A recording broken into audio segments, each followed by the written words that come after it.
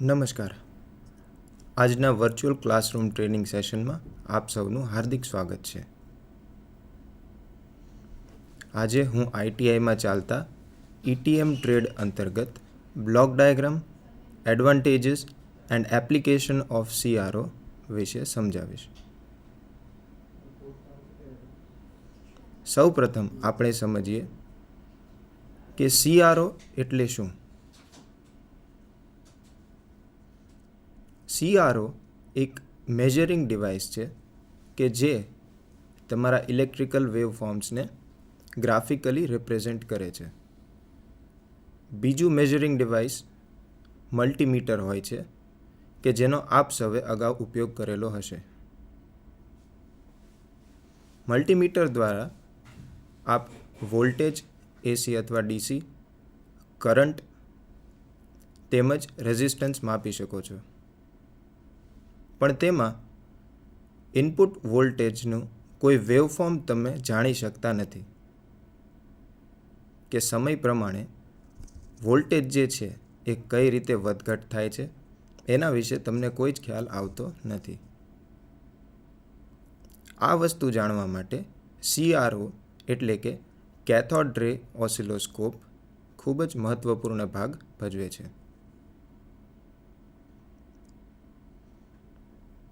આજના આપણા ટોપિક આપણે પાવરપોઈન્ટ પ્રેઝન્ટેશનમાં જોઈશું.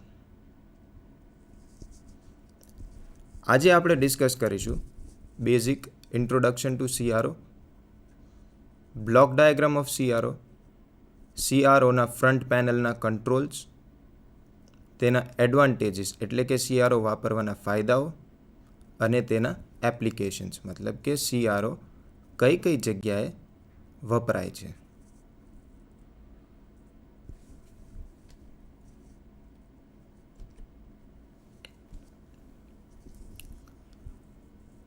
CROના ઇન્ટ્રોડક્શનમાં મેં હમણાં કીધું એમ તેનું full form cathode ray oscilloscope થાય છે. મલ્ટીમીટર સાથે આપણે તેની કમ્પેરિઝન કરી કે મલ્ટીમીટરમાં તમે વેવફોર્મ્સ નથી જોઈ શકતા, જ્યારે CRO તમને તમારા વેવફોર્મ્સનું ગ્રાફિકલ રિપ્રેઝન્ટેશન આપે છે.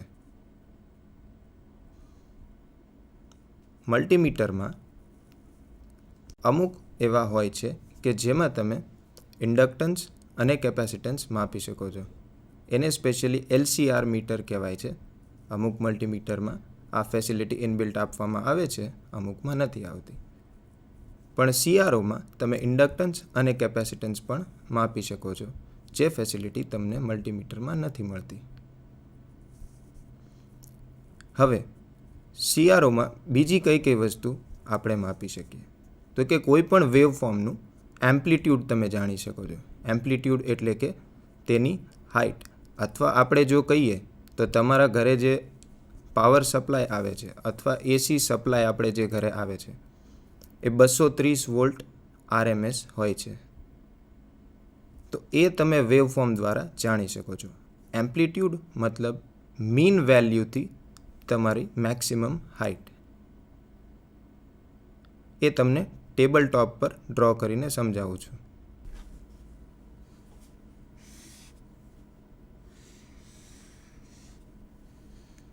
આવું તમારું જો વેવફોર્મ હોય તો આ જે છે એ મીન પોઝિશન કહેવાય, એટલે કે એવરેજ વેલ્યુ.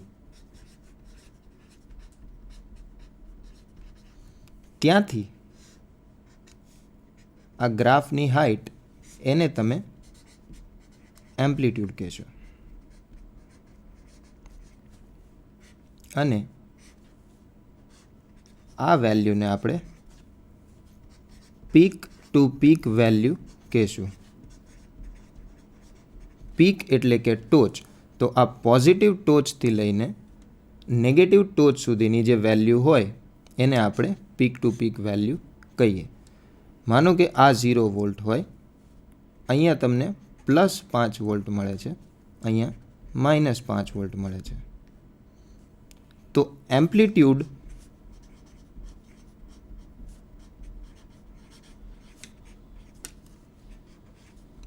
5 વોલ્ટ થશે, જ્યારે પીક ટુ પીક વેલ્યુ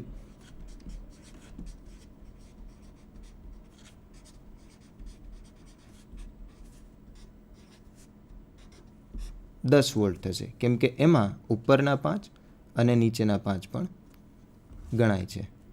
હવે કોઈ પણ વેવફોર્મનો બીજો મહત્વપૂર્ણ પોર્શન હોય છે એનો ટાઈમ પીરિયડ અથવા તેની ફ્રીક્વન્સી. ફ્રીક્વન્સી સિવાય વેવફોર્મમાં રાઇઝ ટાઈમ આવે છે. રાઇઝ ટાઈમ એટલે કે કોઈ પણ આકૃતિને તેને 10% વેલ્યુથી 90% વેલ્યુ સુધી પહોંચવા માટે લાગતો સમય. જેમ કે આપણે હમણાં જોયું કે 5 વોલ્ટનું સિગ્નલ હોય તો એ 5 વોલ્ટના 10%થી 5 વોલ્ટના 90% સુધી પહોંચે એ સમયને રાઇઝ ટાઈમ કહેવાય છે, જે દરેક વેવફોર્મ માટે અલગ અલગ હોય છે અને એ તમારા ઇલેક્ટ્રોનિક કમ્પોનન્ટ્સ પર પણ ડિપેન્ડ કરે છે.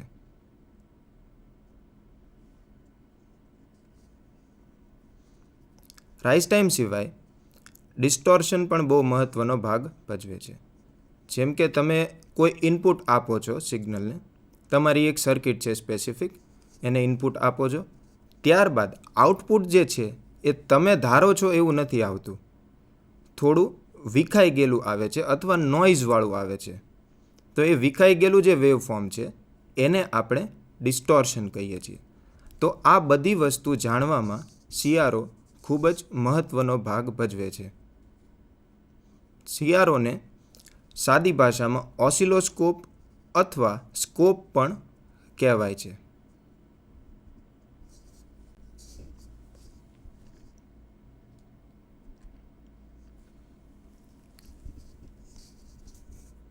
તમે જોઈ શકો છો ફિગરમાં CROનો બ્લોક ડાયાગ્રામ બતાવવામાં આવેલ છે.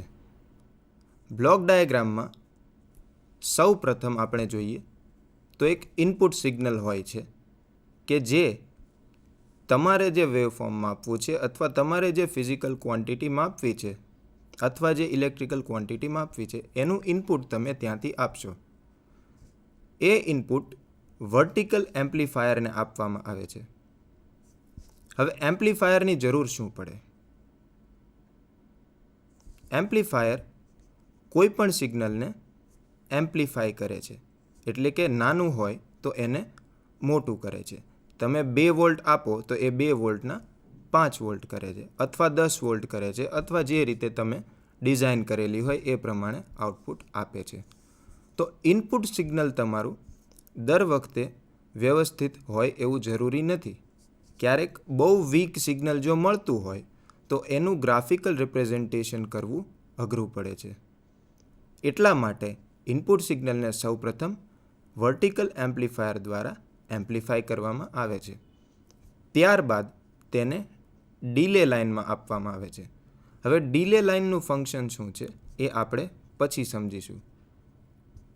હવે તમે જુઓ તો વર્ટિકલ એમ્પ્લીફાયરમાંથી એક આઉટપુટ લઈને ટ્રિગરિંગ સર્કિટને આપવામાં આવે છે. ટ્રિગરિંગ સર્કિટ CROમાં મહત્વપૂર્ણ ભાગ ભજવે છે. ટ્રિગરિંગ એટલે કે તમે જે ઇનપુટ વોલ્ટેજ આપો છો એમાંથી માપવાનું ક્યારથી શરૂ કરવું એ વસ્તુને ટ્રિગરિંગ કહેવાય છે. એ તમને ટેબલ ટોપ દ્વારા હું સમજાવીશ.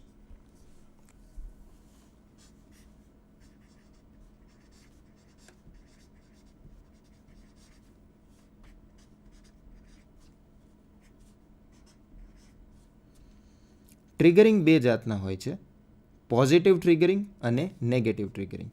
પોઝિટિવ ટ્રિગરિંગ મતલબ કે તમારું સિગ્નલ જ્યારે પ્લસ સાઈડ જશે, એટલે કે અહીંયાથી શરૂ થઈને આમ જશે, ત્યારે તમને CROમાં આઉટપુટ મળશે. CROની સ્ક્રીન પર તમને આઉટપુટ મળશે. અને નેગેટિવ એજ ટ્રિગરિંગમાં જ્યારે તમારું વેવફોર્મ નેગેટિવ સાઈડ જશે ત્યારથી તમારું આઉટપુટ બતાવવાનું શરૂ થશે. તો આ ડિફરન્સ હતો પોઝિટિવ અને નેગેટિવ ટ્રિગરિંગનો. ટ્રિગરનો આઉટપુટ હવે આપણે બ્લોક ડાયાગ્રામમાં જોઈશું.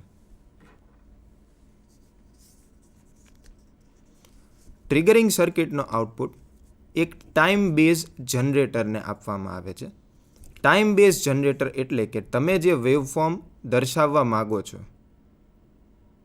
એની તમે ફ્રીક્વન્સી અથવા ટાઈમ પીરિયડ જો માપવો હોય તો એક specific time base signal generate કરવું પડે કે જે ઇલેક્ટ્રોન બીમને એટલે કે કેથોડ રે આપણે જે ટ્યુબ આવશે આગળ, આ ઇલેક્ટ્રોન ગન જે તમને દેખાય છે એ ઇલેક્ટ્રોન ગનમાંથી ઇલેક્ટ્રોન્સ જે ડિફ્લેક્ટ થાય વર્ટિકલ અને હોરિઝોન્ટલ ડિફ્લેક્શન પ્લેટ દ્વારા, એનું ડિફ્લેક્શન કંટ્રોલ કરવા માટે એ ટાઈમ બેઝ જનરેટરની જરૂર પડે છે. ટાઈમ બેઝ જનરેટરનું આઉટપુટ સૉટૂથ વેવફોર્મ હોય છે. સૉટૂથ વેવફોર્મ આપ સૌને ખ્યાલ જ હશે, હું ટેબલ ટોપ દ્વારા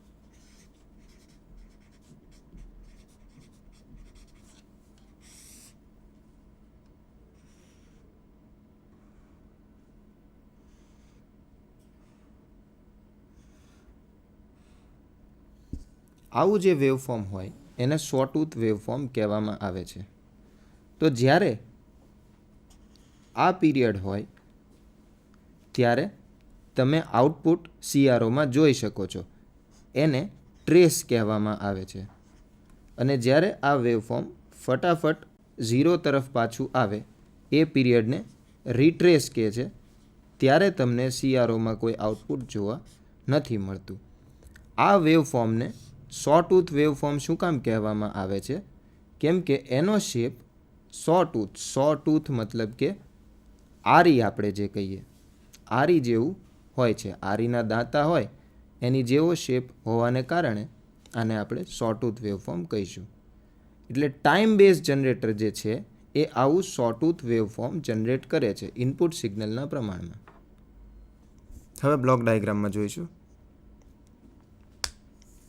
એ ટાઈમ બેઝ જનરેટરનો આઉટપુટ હોરિઝોન્ટલ એમ્પ્લીફાયરને આપવામાં આવે છે અને એ horizontal amplifier horizontal deflection plate સાથે કનેક્ટેડ છે. હવે આપણે સમજીએ કે વર્ટિકલ એમ્પ્લીફાયરમાંથી ડિલે લાઇનની જરૂર કેમ પડે છે. જો તમે ડાયરેક્ટ ઇનપુટ આપો તો ઇનપુટનો સ્ટાર્ટિંગનો પોર્શન જે છે એ તમને જોવા નહીં મળે. કેમ કે ઇનપુટ જો ડાયરેક્ટ જતો રહે વર્ટિકલ ડિફ્લેક્શન પ્લેટ્સમાં તો ત્યારે હજી તમારું હોરિઝોન્ટલ જે વેવફોર્મ છે એ જનરેટ ન થયું હોય. એટલે ઇનિશિયલ તમારું વેવફોર્મ બ્લેન્કિંગમાં આવે, એટલે કે સ્ટાર્ટિંગમાં તમારે જે જાણવું છે એ તમે ન જાણી શકો. એટલા માટે ડિલે લાઇન રાખવી જરૂરી છે. હવે ડિલે લાઇનમાંથી વર્ટિકલ ડિફ્લેક્શન પ્લેટ્સ એટલે કે તમે જોઈ શકો છો કે V2 દર્શાવેલા છે અને 2H દર્શાવેલા છે. તો હવે ઇલેક્ટ્રોન ગન જે છે એ કોન્સ્ટન્ટલી જ્યારે તમે એને પાવર સપ્લાય આપશો એટલે ઇલેક્ટ્રોન એમિટ કરશે. હવે એ ઇલેક્ટ્રોન વર્ટિકલ પ્લેટ દ્વારા ડિફ્લેક્ટ કરવામાં આવે છે અને હોરિઝોન્ટલ પ્લેટ્સ હોરિઝોન્ટલી ડિફ્લેક્ટ કરશે. વર્ટિકલ એટલે કે ઊભું, હોરિઝોન્ટલ એટલે કે આડું. તો વર્ટિકલ પ્લેટ્સ એ ઇલેક્ટ્રોન બીમને તમારી સ્ક્રીન ઉપર ઊભા રીતે ડિફ્લેક્ટ કરશે અને હોરિઝોન્ટલ પ્લેટ્સ એને આડા ડિફ્લેક્ટ કરશે. ત્યારબાદ એ બીમ તમે જોઈ શકો છો કે એક સર્ક્યુલર સેક્શન તમને બતાવેલું છે બ્લોક ડાયાગ્રામમાં આગળ. એ એકચ્યુઅલી સર્ક્યુલર નથી હોતું, એ તમારી સ્ક્રીન હોય છે. સ્ક્રીન ઉપર ફ્લોરસન્ટ એટલે કે ફોસ્ફરનું કોટિંગ હોય છે. ફોસ્ફર એટલે કે એવું મટીરિયલ કે જેને ઇલેક્ટ્રોન સ્ટ્રાઇક થાય તો એક કલર તરીકે દર્શાવે છે. એટલે જ્યારે ઇલેક્ટ્રોન બીમ એ સ્ક્રીન ઉપર સ્ટ્રાઇક થશે તો તમને સ્ક્રીન ઉપર વેવફોર્મ બતાશે અને એ વેવફોર્મ બદલાશે તમારી ડિફ્લેક્શન પ્લેટના કારણે. હવે આ બધા આપણે પોર્શન ડિટેલમાં થોડા સમજીશું.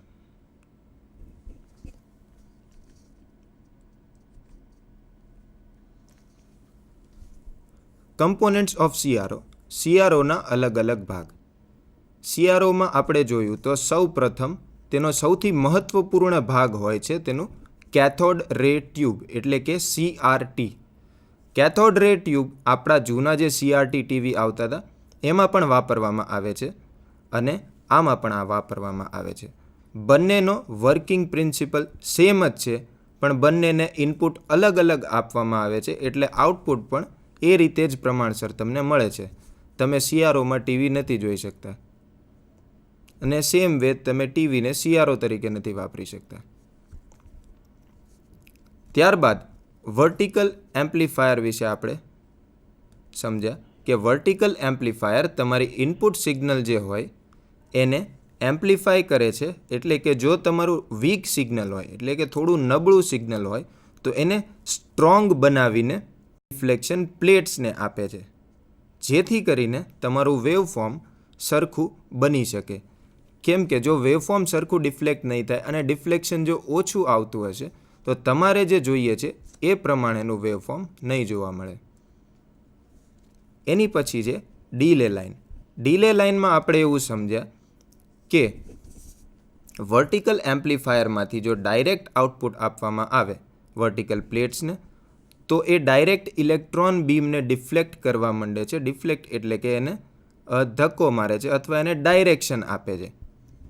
પહેલાં એ ડિફ્લેક્શન વિશે તમને થોડું સમજાવી દઉં ટેબલ ટોપ દ્વારા.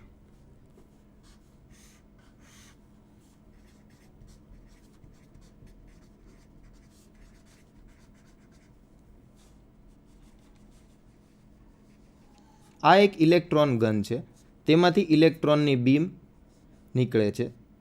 જો કોઈ પણ જાતનું ડિફ્લેક્શન ન આપીએ તો એ આ એ પોઈન્ટ ઉપર સ્ટ્રાઇક થશે. બરાબર. હવે જો હું અહીંયા બે વર્ટિકલ પ્લેટ્સ રાખું અને એને મારા ઇનપુટ સિગ્નલ સાથે જો કનેક્ટ કરું, તો જો મારું સિગ્નલ પોઝિટિવ અને નેગેટિવ હશે, મતલબ આ પ્લસ હશે અને આ માઇનસ હશે, તો ઇલેક્ટ્રોન નેગેટિવ ચાર્જ હોવાને કારણે આ બાજુ ડિફ્લેક્ટ થશે. મતલબ કે ઇલેક્ટ્રોન બીમ જે છે એ તમારી હવે ધીમે ધીમે આમ ઉપરની બાજુ આવશે અને પોઈન્ટ બી ઉપર થશે. સેમ વે જો આ પ્લસ હોય અને આ માઇનસ હોય તો ઇલેક્ટ્રોન બીમ નીચેની બાજુ ડિફ્લેક્ટ થશે અને પોઈન્ટ સી ઉપર સ્ટ્રાઇક થશે. સેમ વસ્તુ હોરિઝોન્ટલ પ્લેટ્સ દ્વારા કરવામાં આવે છે કે જે આડું વેવફોર્મ બનાવે છે. કે ઇલેક્ટ્રોન બીમ આપણે જેમ જોયું કે આ વર્ટિકલ ડિફ્લેક્શન છે, તો તમે 3 ડાયમેન્શનલી સમજી શકો કે જો આ સ્ક્રીનને હજી આમ આખી બનાવવામાં આવે, એટલે કે 2 ડાયમેન્શનમાંથી અને 3 ડાયમેન્શન બનાવવામાં આવે, તો હોરિઝોન્ટલ જે ડિફ્લેક્શન છે એટલે કે વર્ટિકલ પ્લેટ્સ આ રીતે ડિફ્લેક્ટ કરશે અને હોરિઝોન્ટલ પ્લેટ્સ આ રીતે ડિફ્લેક્ટ કરશે તમારી ઇલેક્ટ્રોન બીમને, જેથી કરીને આખી સ્ક્રીન તમારી કવર થઈ શકે. હોરિઝોન્ટલ એમ્પ્લીફાયરનું આપણે કામ જોયું કે હોરિઝોન્ટલ એમ્પ્લીફાયર તમારું ટાઈમ બેઝ જનરેટર જે સોટૂથ વેવફોર્મ જનરેટ કરે છે એને એમ્પ્લીફાય કરીને હોરિઝોન્ટલ પ્લેટ્સને આપે છે. ત્યારબાદ હોરિઝોન્ટલ પ્લેટ્સ ડિફ્લેક્શન કરે છે તમારી ઇલેક્ટ્રોન બીમનું અને ફાઇનલી એ ઇલેક્ટ્રોન બીમ તમારી સ્ક્રીન ઉપર સ્ટ્રાઇક થાય છે અને તમને ગ્રીન કલરનું ફ્લોરોસન્ટ લાઇટિંગ જોવા મળે છે કે જે ફોસ્ફર કોટિંગના કારણે હોય છે. ત્યારબાદ કોઈપણ સર્કિટમાં મહત્ત્વનો ભાગ ભજવતું હોય એ પાવર સપ્લાય યુનિટ છે. પાવર સપ્લાય યુનિટ એટલે કે તમારા એક કમ્પ્લીટ ડિવાઇસમાં દરેક કમ્પોનન્ટ અથવા દરેક સેમી સર્કિટ્સ અથવા મિની સર્કિટ્સ તમે જે કહો એને સેમ પાવરની જરૂર નથી હોતી. દરેકના વોલ્ટેજ રિક્વાયરમેન્ટ્સ અલગ અલગ હોય છે, દરેકના કરંટ રિક્વાયરમેન્ટ્સ અલગ અલગ હોય છે. તો એ પ્રમાણે તમારું પાવર સપ્લાય સેક્શન ડિઝાઇન કરવું પડે છે. જેમ કે અમુક પોર્શનને હાઈ વોલ્ટેજ આપવા પડે છે, અમુક પોર્શનને લો વોલ્ટેજ આપવા પડે છે. જેમ કે હવે આ CROમાં જ આપણે જોઈએ તો CRT એટલે કે તમારી કેથોડ રે ટ્યુબ જે છે એને હાઈ વોલ્ટેજ આપવા પડે છે, કેમ કે એ ઇલેક્ટ્રોન ગન દ્વારા ઇલેક્ટ્રોન એમિટ કરશે, તો એને હાઈ વોલ્ટેજની જરૂર પડે છે. જ્યારે બાકીની જે સર્કિટ્સ છે એને કમ્પેરેટિવલી લો વોલ્ટેજની જરૂર પડે છે. તો એ વોલ્ટેજ પૂરા પાડવા માટે પાવર સપ્લાય યુનિટનું ફંક્શનલ હોવું ખૂબ જ જરૂરી છે. હવે કેથોડ રે ટ્યુબ વિશે આપણે થોડું ડિટેલમાં સમજીએ. તમે જોઈ શકો છો કે 3 કનેક્ટિંગ પિન્સ આપેલી છે કે જે પાવર સપ્લાય સાથે કનેક્ટ થશે. Electron gun electron beam emit કરશે. વર્ટિકલ ઇલેક્ટ્રોડ્સ જે V સાથે કનેક્ટેડ છે એ તમારી ડીલે લાઇનમાંથી આઉટપુટ આવશે. જ્યારે હોરિઝોન્ટલ ઇલેક્ટ્રોડ જે બંને H સાથે કનેક્ટેડ છે એ તમારું હોરિઝોન્ટલ એમ્પ્લીફાયરના આઉટપુટમાંથી આવશે. અને ફાઇનલી તમે સ્ક્રીન ઉપર જોઈ શકો છો કે ફોસ્ફર સ્ક્રીન છે એની ઉપર ઇલેક્ટ્રોન બીમ દ્વારા એક સાઇન વેવ જનરેટ થાય છે.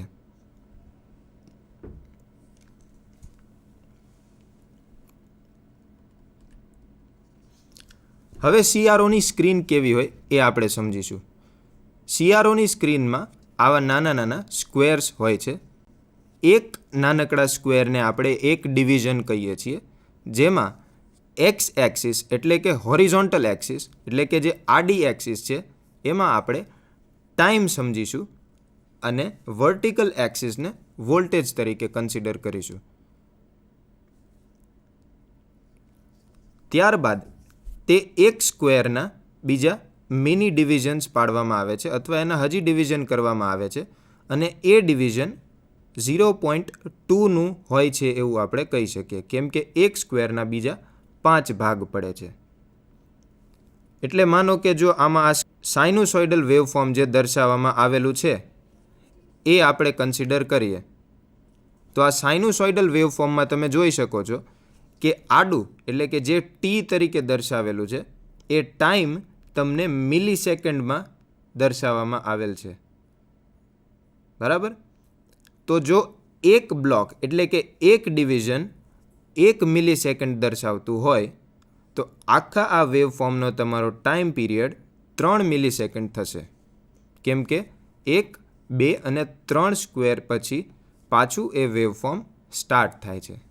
સિમિલરલી જો તમને વોલ્ટેજ માપવાના કીધા હોય તો વોલ્ટેજ વર્ટિકલ એક્સિસ ઉપર માપવામાં આવે છે, એટલે કે 0 થી 4, 8 અને -4, -8 જ્યાં દર્શાવ્યું છે એ રીતે.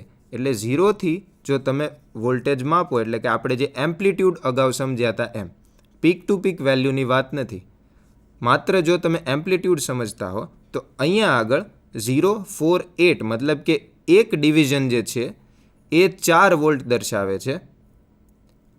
તો એની હાઇટ 2 ડિવિઝન સુધી જાય છે. એટલે તમે જોઈ શકો છો કે આ વેવફોર્મનું એમ્પ્લિટ્યૂડ 8 વોલ્ટ હશે, જ્યારે એની પીક ટુ પીક વેલ્યુ 8 + 8 એટલે કે 8 + 8 મતલબ 16 વોલ્ટ હશે. તો આ રીતે તમારે કોઈ પણ વેવફોર્મનું ફ્રીક્વન્સી, ટાઈમ પીરિયડ અને વોલ્ટેજ જાતે માપવા પડે છે. CRO તમને ખાલી એની સ્ક્રીન ઉપર રિપ્રેઝેન્ટ કરી આપે છે. એનું ઇન્ટરપ્રિટેશન મતલબ કે એ વેવફોર્મનું ઇન્ટરપ્રિટેશન તમારે કરવાનું હોય છે.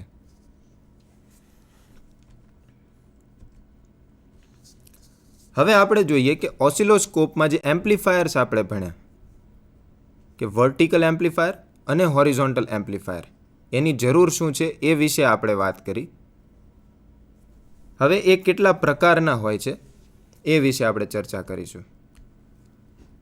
ઓસિલોસ્કોપના એમ્પ્લીફાયર્સ AC કપલ્ડ અથવા DC કપલ્ડ હોઈ શકે. હવે એનો ડિફરન્સ હું તમને ટેબલ ટોપ દ્વારા સમજાવીશ.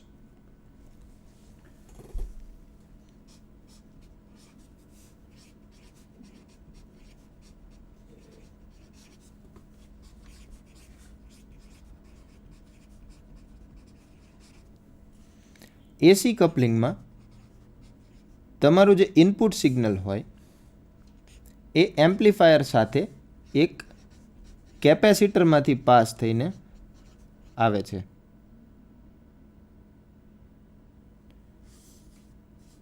કેપેસિટરનું કાર્ય એસીને પાસ કરવાનું અને ડીસીને બ્લોક કરવાનું હોય છે. એટલે કે જો તમે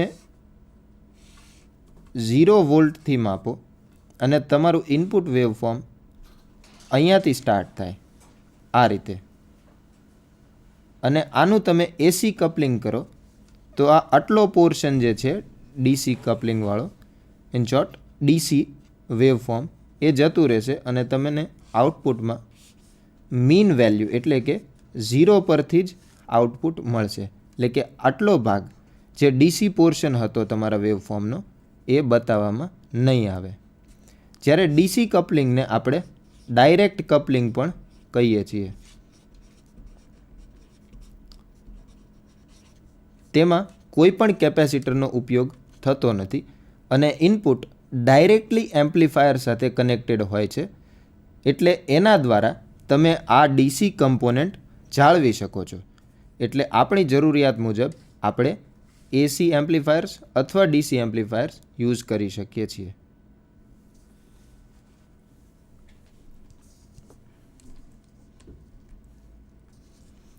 હવે વર્ટિકલ એમ્પ્લીફાયર્સ વિશે થોડું ડિટેલમાં ભણીશું. વર્ટિકલ એમ્પ્લીફાયર્સ જે છે એ સેન્સિટિવિટી દર્શાવે છે અથવા સેન્સિટિવિટી ચેન્જ કરવામાં મદદ કરે છે. હમણાં તમે સ્ક્રીન જોઈ CROની કે જેમાં નાના નાના ખાના હતા.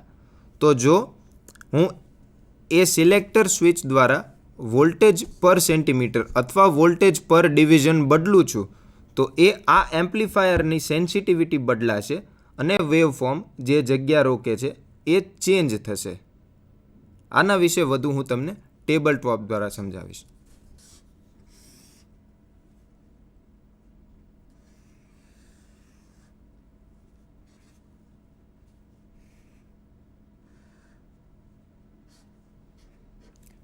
એવું સમજી લો કે આ તમારા CROની સ્ક્રીનનો એક સ્ક્વેર છે અથવા એક ડિવિઝન છે. બરાબર. હવે મેં ફ્રન્ટ પેનલ કંટ્રોલમાંથી હું ચેન્જ કરું અને વોલ્ટેજ પર ડિવિઝન જો બદલી નાખું તો આ વેવફોર્મ હવે ટાઈમ પીરિયડ તો સરખો જ રોકશે પણ સ્કેલ બદલાઈ જશે.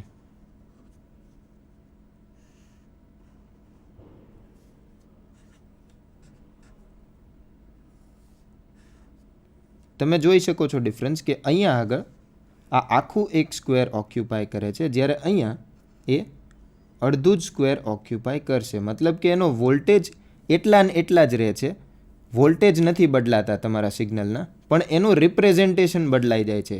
એટલે કે તમારા એમ્પ્લીફાયરની સેન્સિટિવિટી ચેન્જ થાય છે. એવી જ રીતે જો રિવર્સમાં તમે સમજો તો આવું થઈ શકે કે આ સ્ક્વેર છે અને તમારું એમ્પ્લીફાયરનું આઉટપુટ ચેન્જ કરો તો આ રીતે તમને સ્ક્રીન પર વેવફોર્મ જોવા મળશે. એટલે કે પહેલાં જે એક સ્ક્વેરમાં સમાઈ જતું હતું એ એની કરતાં ઓછામાં સમાઈ જાય અથવા એની કરતાં વધારે જગ્યા રોકે. એટલે આ વસ્તુ દર્શાવે છે કે વર્ટિકલ એમ્પ્લીફાયર્સની સેન્સિટિવિટી વોલ્ટ પર ડિવિઝનવાળી સ્કેલથી ચેન્જ થાય છે. નોર્મલ સ્પેસિંગ 10 મિલીમીટર હોય છે અને વર્ટિકલ સેન્સિટિવિટીને જેમ કે મેં કહ્યું એ પ્રમાણે વોલ્ટ પર ડિવિઝનમાં માપવામાં આવે છે. તમને CROના ફ્રન્ટ પેનલ કંટ્રોલ જ્યારે સમજાવીશ ત્યારે એ વોલ્ટ પર ડિવિઝન વિશે વધારે ચર્ચા કરીશું. એ રોટરી સ્વિચ તમે જેમ ચેન્જ કરશો એ પ્રમાણે સ્મોલેસ્ટ પોર્શન જે છે તમારું, એટલે કે નાનામાં નાનું જે સ્ક્વેર છે, એટલે કે જે ડિવિઝન છે તમારું CROની સ્ક્રીનનું, એ કેટલા વોલ્ટેજ દર્શાવે છે એ તમે ચેન્જ કરી શકો છો. હવે વાત કરીએ સ્વીપ ઓસિલેટરની. સ્વીપ ઓસિલેટર એટલે કે ટાઈમ બેઝ જનરેટ કરતું ઓસિલેટર. ઓસિલેટર સર્કિટ મતલબ કે કોઈ પણ સ્પેસિફિક આઉટપુટ કોન્સ્ટન્ટલી આપ્યા કરે. એના માટે તમને ટેબલ ટોપથી એક આકૃતિ સમજાવું.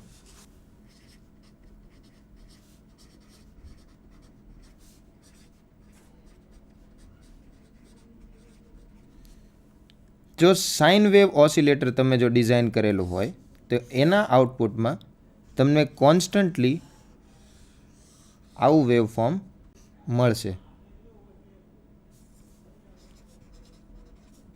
જો સોટૂથ વેવફોર્મ ઓસિલેટર હોય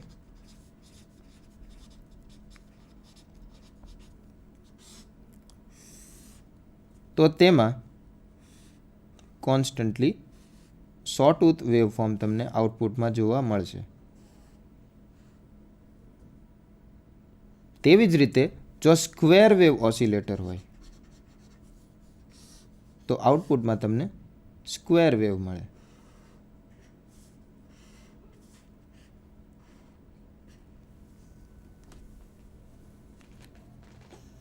આપણું જે સ્વીપ ઓસિલેટર છે એ સૉટૂથ વેવફોર્મ જનરેટ કરે છે. સૉટૂથ વેવફોર્મ તમે આકૃતિમાં જોઈ શકો છો કે જે આરીના દાંતા જેવું દેખાય છે, એટલા માટે એને સૉટૂથ વેવફોર્મ કહે છે. આપણું ઓસિલેટર સૉટૂથ વેવફોર્મ જનરેટ કરશે કે જે હોરિઝોન્ટલ ડિફ્લેક્શનમાં એટલે કે ટ્રેસ અને રીટ્રેસમાં મદદ કરશે. ટ્રેસમાં તમે જોઈ શકો છો કે આ જે રાઇઝ ટાઈમ હોય સૉટૂથ વેવફોર્મનો,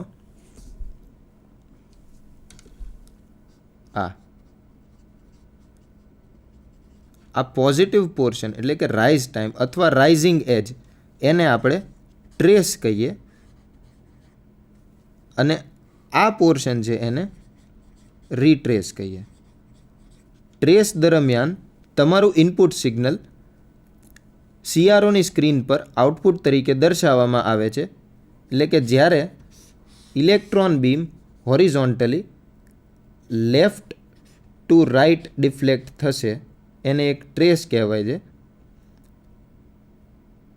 અને જ્યારે રાઇટ ટુ લેફ્ટ પાછું જશે મતલબ કે સ્ક્રીનના સ્ટાર્ટિંગમાં એટલે કે ફરીવાર તમારા ઇનપુટ સિગ્નલને ટ્રેસ કરવા જશે તો આ જે પોર્શન છે એને રીટ્રેસ કહેવામાં આવે છે, કે જ્યારે એ રાઇટ ટુ લેફ્ટ જશે અને એ દરમિયાન કોઈ આઉટપુટ વેવફોર્મ તમારે દર્શાવવાનું નથી આવતું. આઉટપુટ વેવફોર્મ પાછું અહીંયાથી જ સ્ટાર્ટ થશે, એ નેક્સ્ટ ટ્રેસ પીરિયડ વખતે જ સ્ટાર્ટ થશે. અને આનું સિન્ક્રોનાઇઝેશન તમારી ઇનપુટ સિગ્નલ સાથે ખૂબ જ જરૂરી હોય છે.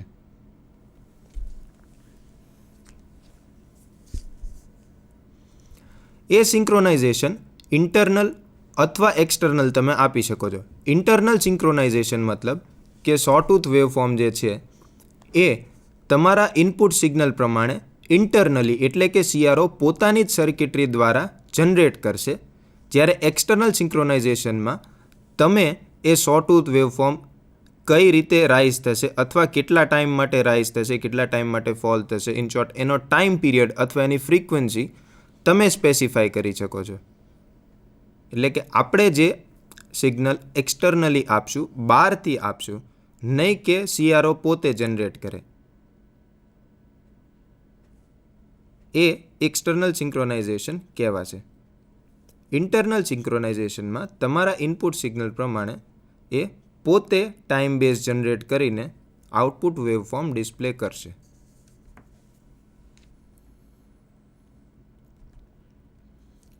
હવે આપણે જોઈએ હોરિઝોન્ટલ એમ્પ્લીફાયર. હોરિઝોન્ટલ એમ્પ્લીફાયરના મૂળભૂત બે કામ હોય છે.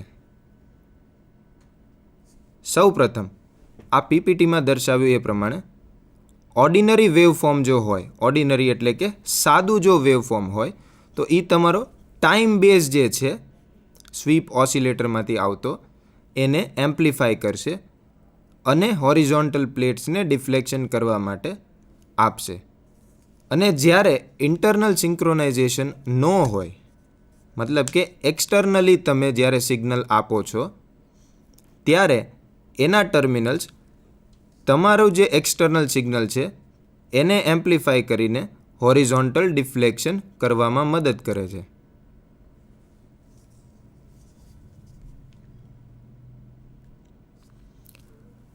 હવે આપણે જોઈશું CROના ફ્રન્ટ પેનલ કંટ્રોલ્સ. મતલબ કે જે તમને CRO આપવામાં આવે છે તો એની ઉપર એક સ્ક્રીન હશે અને જાજા બધા બટન હશે. તો એ દરેકનું ફંક્શન હોય એ આપણે ડિટેલમાં સમજીશું. સૌ પ્રથમ તો આપણે સ્ક્રીન કે જે ફોસ્ફર કોટિંગવાળી હોય છે. ફોસ્ફર કોટિંગ એટલા માટે રાખવામાં આવે છે કારણ કે જ્યારે એમાં ઇલેક્ટ્રોન સ્ટ્રાઇક થાય તો એ ફ્લોરસન્ટ મટીરિયલ છે, એટલે કે લાઇટ એમિટ કરશે અને એ લાઇટ થોડી વાર માટે પરસિસ્ટ કરે છે. પરસિસ્ટ કરે છે મતલબ એ થોડી વાર માટે ચાલુ ને ચાલુ રહે છે અને જ્યારે ઇલેક્ટ્રોન બીમ જતી રહે એના થોડા ટાઈમ પછી એ ફોસ્ફર કોટિંગમાંથી લાઇટ બંધ થાય. તો સ્ક્રીન ઉપર ફોસ્ફર કોટિંગ કરવામાં આવે છે. ત્યારબાદ એક ઓન ઓફ કંટ્રોલ હોય છે અને એ નોર્મલી ઇન્ટેન્સિટી કંટ્રોલની સાથે જ હોય છે. એટલે કે એક રોટરી સ્વિચ હોય તો એને તમે ફેરવો તો પહેલાં એક કટ અવાજ આવે ત્યારે એ શરૂ થાય અને પછી જેમ આપણે વોલ્યુમ ઇન્ક્રીઝ કરીએ એ પ્રમાણે એની ઇન્ટેન્સિટી ઇન્ક્રીઝ થતી જાય. ઇન્ટેન્સિટી એટલે કે તીવ્રતા, એટલે કે ડિસ્પ્લેની આપણે જેમ બ્રાઇટનેસ વધઘટ કરીએ સેમ વસ્તુ આ ઇન્ટેન્સિટી કંટ્રોલથી થાય છે. એની પછીનું પોર્શન હોય છે ફોકસ કંટ્રોલનું. ફોકસ એટલે કે તમારી જે ઇલેક્ટ્રોન બીમ છે એ સ્ક્રીન ઉપર કેટલા ભાગમાં સ્ટ્રાઇક થશે.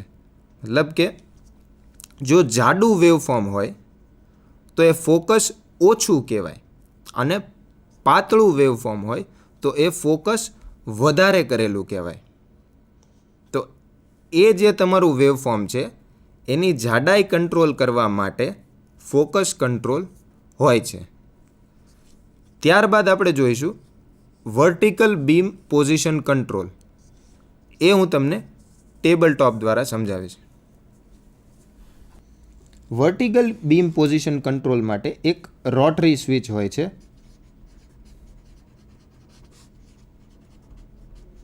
નોર્મલી તેના પર વાય અથવા આવી નિશાની કરવામાં આવે છે કે જેથી કરીને તમને ખબર પડે કે આ વાય ડાયરેક્શનમાં તમારા સિગ્નલને ચેન્જ કરવામાં મદદ કરશે.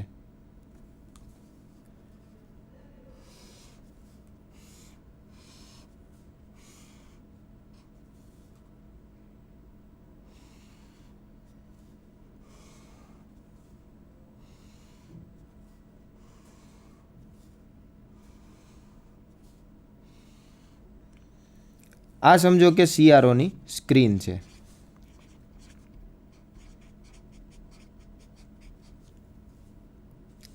તમારું વેવફોર્મ આવું કંઈક આવે છે, બરાબર. તો હવે જ્યારે આ સ્વિચને હું ક્લોકવાઇઝ એટલે કે ઘડિયાળના કાંટાની દિશામાં રોટેટ કરીશ ત્યારે આ વેવફોર્મ ઉપર તરફ શિફ્ટ થશે.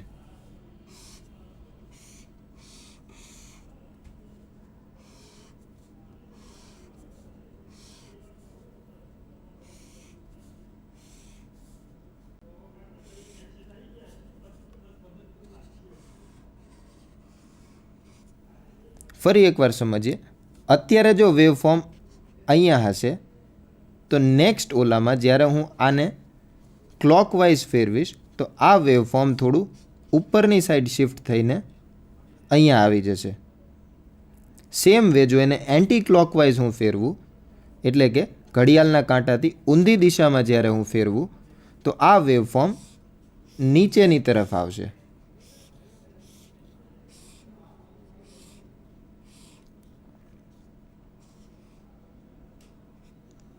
હવે આનાથી વધારે પોર્શન તમને સ્ક્રીનમાં બતાવી નહીં શકે એટલે એટલો ભાગ ક્રોપ થઈ જશે અથવા ક્લિપ થઈ જશે. એ તમે પાછું જ્યારે એને ક્લોકવાઇઝ ફેરવશો ત્યારે પાછું એ ડિસ્પ્લેમાં બતાવશે, નહીં તો ખાલી આ પોઝિટિવ સાયકલ જ દેખાડશે. નોર્મલી આને કંટ્રોલ કરવા માટે પહેલાં ઇનપુટને ગ્રાઉન્ડ કરવામાં આવે છે. ફ્રન્ટ પેનલ ઉપર એક સ્વિચ હોય છે કે જે ઇનપુટને ગ્રાઉન્ડ કરવામાં મદદ કરે છે. એટલે કે તમારું જો વેવફોર્મ આ રીતનું હોય તો એને ગ્રાઉન્ડ કરીને સૌપ્રથમ એક સ્ટ્રેટ લાઇન આપે છે. એ સ્ટ્રેટ લાઇન આપણે સ્ક્રીનની વચ્ચોવચ્ચ આવે એ રીતે સેટ કરીએ છીએ અને ત્યારબાદ ફરી વખત એ ગ્રાઉન્ડવાળી સ્વિચ દબાવીએ એટલે તમારું ઓરિજિનલ વેવફોર્મ જે હતું એ આવી જાય. આનો ઉપયોગ માત્ર ને માત્ર તમારી સ્ક્રીનની મિડલમાં લાવવા માટે થાય છે. જે વેવફોર્મ જે છે એક્ઝેક્ટ 0 મીન પોઝિશન ઉપરથી એટલે કે વચ્ચેથી શરૂ થાય એના માટે આપણે આ પ્રોસેસ કરવી પડે છે. In short, vertical beam deflection જે છે એ તમારા વેવફોર્મને વર્ટિકલી એટલે કે ઊભું ડિફ્લેક્ટ કરશે, મતલબ ઉપર લઈ જશે અથવા નીચેની બાજુ શિફ્ટ કરશે. ત્યારબાદ આવે છે એમ્પ્લિટ્યૂડ પર ડિવિઝન ઓર સેન્સિટિવિટી સિલેક્ટર. એ પણ એક રોટરી સ્વિચ હોય છે. આના વિશે આપણે અગાઉ વાત કરી હતી જ્યારે આપણે વર્ટિકલ એમ્પ્લીફાયર ભણતા હતા ત્યારે એવું મેં કીધું હતું કે જે સેન્સિટિવિટી સિલેક્ટર છે એ હું ચેન્જ કરીશ. એ પ્રમાણે તમારું આઉટપુટ વોલ્ટેજનું વેવફોર્મ જે છે એ નાનું અથવા મોટું થશે. આપણે ટેબલ ટોપ દ્વારા હજી સમજીશું એનું. આ રોટરી સ્વિચ છે જે એમ્પ્લિટ્યૂડ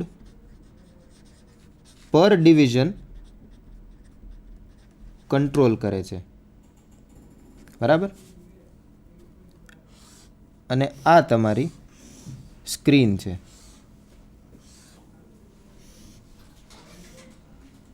તો જ્યારે હું આને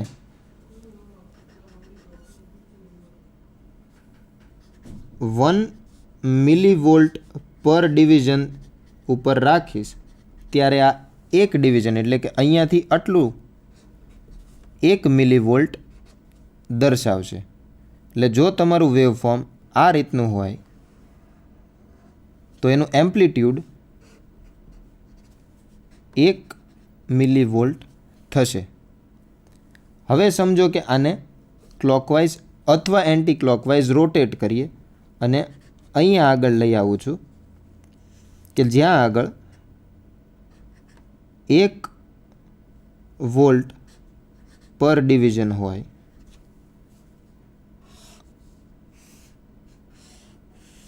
તો તમારું આ જે વેવફોર્મ છે એ ખૂબ જ નાનું બતાવશે, કેમ કે એ તો માત્ર 1 મિલીવોલ્ટનું જ છે અને અત્યારે એક ડિવિઝન એટલે કે એક સ્ક્વેર 1 વોલ્ટ દર્શાવે છે. સેમ વે જો હું રિવર્સ સાઈડ ફેરવું અને આ મિલીવોલ્ટ પર ડિવિઝન અથવા વોલ્ટ પર ડિવિઝન અથવા એમ્પ્લિટ્યૂડ પર ડિવિઝન જે છે એ ઘટાડી દઉં તો આ જ વેવફોર્મ પહેલાં કરતાં મોટું દેખાશે. આ એમ્પ્લિટ્યૂડ પર ડિવિઝનનો ઉપયોગ તમે તમારી સગવડતા પ્રમાણે કરી શકો છો. એટલે કે તમને જે રીતે વેવફોર્મનું એમ્પ્લિટ્યૂડ માપવું ઇઝી પડે એ સ્કેલ પર તમે આ વેવફોર્મને રાખીને પછી વોલ્ટ પર ડિવિઝન પ્રમાણે એનું એમ્પ્લિટ્યૂડ ગણી શકો છો. ત્યારબાદ આવે છે એસી, ડીસી અને ગ્રાઉન્ડની સ્વિચ. એ આપણે અગાઉ એમ્પ્લીફાયર્સ વખતે વાત કરી કે એક એસી એમ્પ્લીફાયર હોય, એક ડીસી એમ્પ્લીફાયર હોય અને આ ત્રીજી પિન ગ્રાઉન્ડિંગ માટે વપરાય છે. એસી એમ્પ્લીફાયર મતલબ કે તમારું જે ઇનપુટ આવશે એ સીઆરઓના એમ્પ્લીફાયર સાથે એસી કપલિંગ દ્વારા જોઈન થશે. એટલે કે એમાં જે મીન ડીસી કમ્પોનન્ટ હશે, ઇન શોર્ટ જે ડીસી કમ્પોનન્ટ હશે એ એસી કપલિંગ વખતે નીકળી જશે, કેમ કે એસી કપલિંગમાં તમે કેપેસિટર વાપરો છો કે જે ડીસીને પાસ નથી થવા દેતું. અને જો ડીસી કપલિંગ હોય એટલે કે ડાયરેક્ટ કપલિંગ તો એમાં એ મીન પોઝિશન જળવાઈ રહે છે, કેમ કે એમાં ડાયરેક્ટ કનેક્શન છે, વચ્ચે કોઈ પણ કેપેસિટર નથી આવતું અને તમારું જે વેવફોર્મ હોય એ એના લેવલ ઉપર જ તે દર્શાવવામાં આવે છે. ત્રીજી પિન જે હોય છે અથવા સ્વિચ જે હોય છે એ ગ્રાઉન્ડની હોય છે. એ તમારા ઇનપુટને ગ્રાઉન્ડ કરવામાં મદદ કરે છે.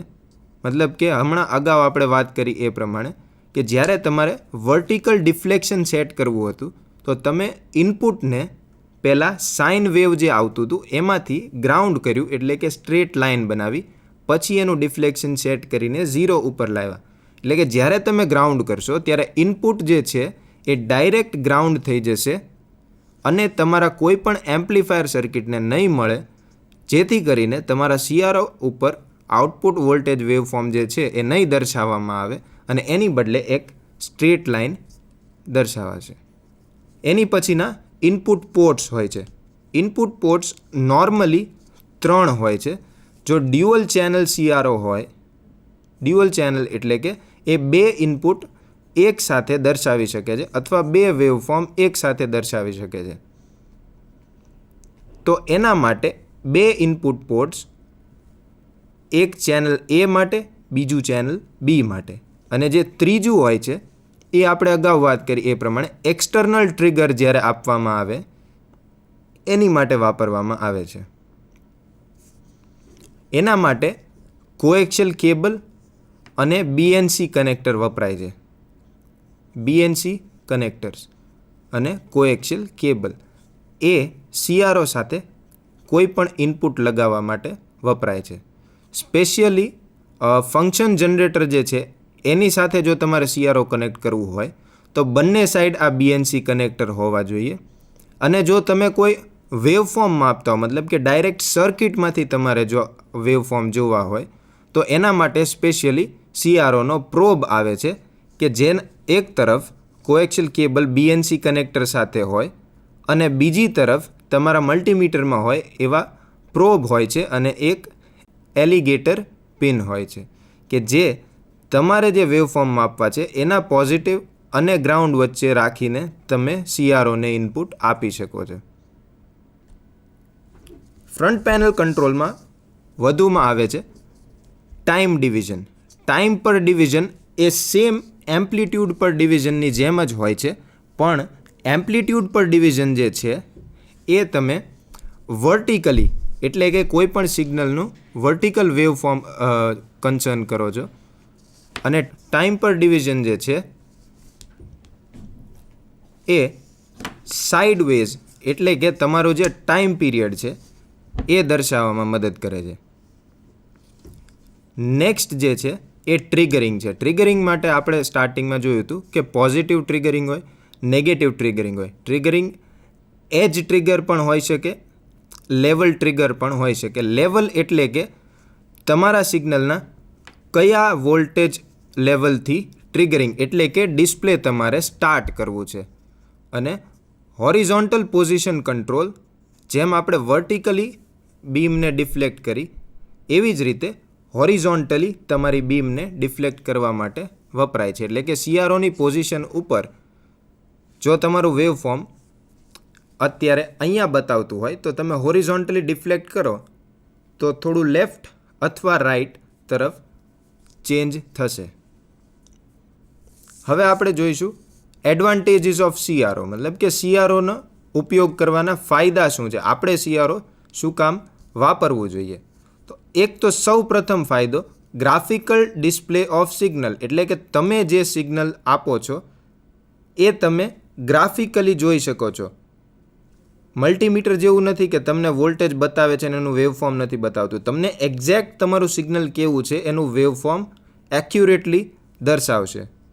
બીજું, તમે એમ્પ્લિટ્યૂડ, ફ્રીક્વન્સી અને ટાઈમ ડીલે તેમજ ફેઝ એંગલ વગેરે વસ્તુઓ માપી શકો છો. એમ્પ્લિટ્યૂડ અને ફ્રીક્વન્સી માપતા આપણે શીખ્યા હતા કે જે વોલ્ટ પર ડિવિઝન અને ટાઈમ પર ડિવિઝન પ્રમાણે એમ્પ્લિટ્યૂડ અને ફ્રીક્વન્સી માપી શકાય છે, કે જે રીતે સ્ક્રીન ઉપર ડિસ્પ્લે થાય એ પ્રમાણે તમારે વોલ્ટ પર ડિવિઝન કેલ્ક્યુલેટ કરીને એમ્પ્લિટ્યૂડ અને ફ્રીક્વન્સી ગણી શકો છો.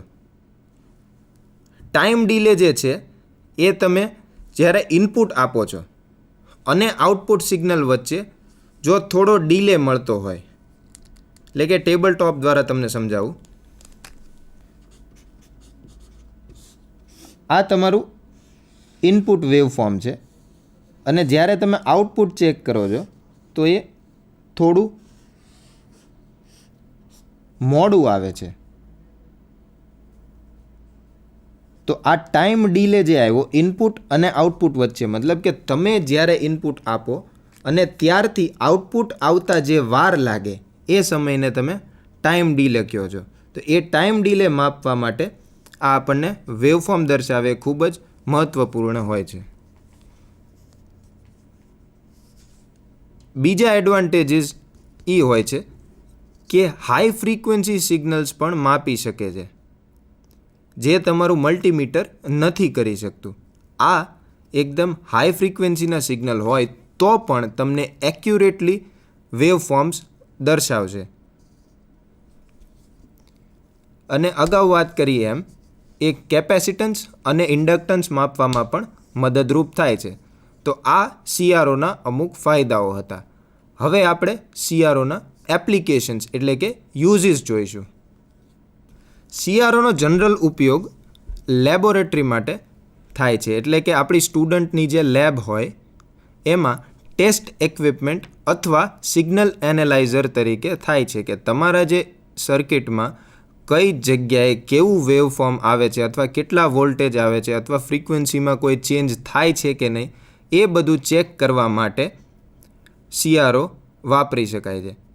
અમુક સ્પેશિયલ પર્પઝથી ડિઝાઇન કરેલા CRO ઓટોમોબાઇલ્સની ઇગ્નિશન સિસ્ટમમાં પણ વાપરવામાં આવે છે. એટલે કે ઇગ્નિશન સિસ્ટમ હોય, આપણે જે સ્પાર્ક પ્લગને કોન્સ્ટન્ટલી ઇગ્નિશન આપવામાં આવે છે, તમે સ્પાર્ક પ્લગ જોયો હોય તો એમાં સતત તિખારા થતા હોય છે. તો એ તિખારા શું હોય છે? એક વોલ્ટેજ સિગ્નલ અથવા એક ઇલેક્ટ્રિકલ સિગ્નલ હોય છે. તો એ ઇલેક્ટ્રિકલ સિગ્નલને પણ તમે જ્યારે સ્ક્રીન ઉપર જોવા માગતા હો કે એ બરાબર આવે છે કે નહીં, તો એના માટે સ્પેશિયલી ડિઝાઇન્ડ CRO વાપરવામાં આવે છે. અને એક CROનું હજુ કોમન એપ્લિકેશન કે જે તમે બધાએ જોયેલું હશે એ છે ઇલેક્ટ્રોકાર્ડિયોગ્રામ, આપણે ECG જે કહીએ એ. એટલે કે હોસ્પિટલમાં તમે ગયા હશો ત્યાં એક મશીન હશે કે જે હૃદયના ધબકારાનો વેવફોર્મ બતાવતું હોય. તો એ પણ એક CRO જ છે, પણ એ સ્પેશિયલ પર્પઝ માટે ડિઝાઇન કરેલું છે. તો આ હતા CROના અમુક યુઝિસ. આજના લેક્ચરની થોડી રિકેપ કરી લઈએ. આપણે આજે ભણ્યા CROનો બેઝિક બ્લોક ડાયાગ્રામ, તેનું ફૂલ ફોર્મ એટલે કે cathode ray oscilloscope, input signal, vertical amplifiers, horizontal amplifiers, ફોસ્ફરની screen, volt per division, front panel controls બાકીના, અને એડવાન્ટેજીસ અને એપ્લિકેશન્સ. આપ સૌએ ધ્યાનપૂર્વક સાંભળ્યો. આપનો આભાર.